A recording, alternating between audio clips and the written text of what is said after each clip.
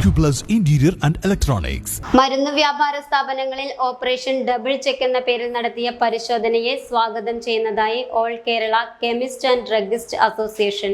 മരുന്നുകളുടെ ഗുണനിലവാരത്തെക്കുറിച്ച് പൊതുജനം ബോധവാന്മാരാവണം. GST നടപ്പിലായതോടെ അന്യസംസ്ഥാനങ്ങളിൽ നിന്നും ഗുണനിലവാരമില്ലാത്തതും കാലാവധി കഴിഞ്ഞതുമായ മരുന്നുകൾ കേരളത്തിലെത്തുന്നുണ്ടെന്നും അസോസിയേഷൻ പ്രസിഡന്റ് കൃഷ്ണദാസ് വാർത്താ സമ്മേളനത്തിൽ പറഞ്ഞു. GSTയിലെ പഴുതുകൾ മുതലെടുത്താണ് അന്യസംസ്ഥാനങ്ങളിൽ നിന്നും വ്യാജമരുന്നുകൾ കേരളത്തിലെത്തുന്നത്. അംഗീകൃത മരുന്നു കമ്പനികളുടെ പേരും ചിഹ്നവും വ്യാജമായി ഉപയോഗിച്ചാണ് വ്യാജമരുന്ന് നിർമ്മാണം.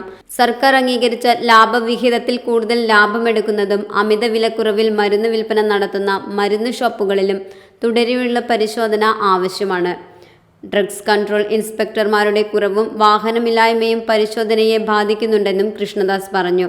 സെക്രട്ടറി പ്രദീപ്, സംസ്ഥാന കമ്മിറ്റി അംഗം ദിലീപ് കുമാർ, ജില്ലാ കമ്മിറ്റി അംഗം മോഹൻദാസ് എന്നിവരും വാർത്താ സമ്മേളനത്തിൽ പങ്കെടുത്തു. Time kids pre school, Mannannur road, Vaniyamkulam. Dot view news. കാഴ്ചകളാണ് ലോകം, കണ്ടു തുടങ്ങുക.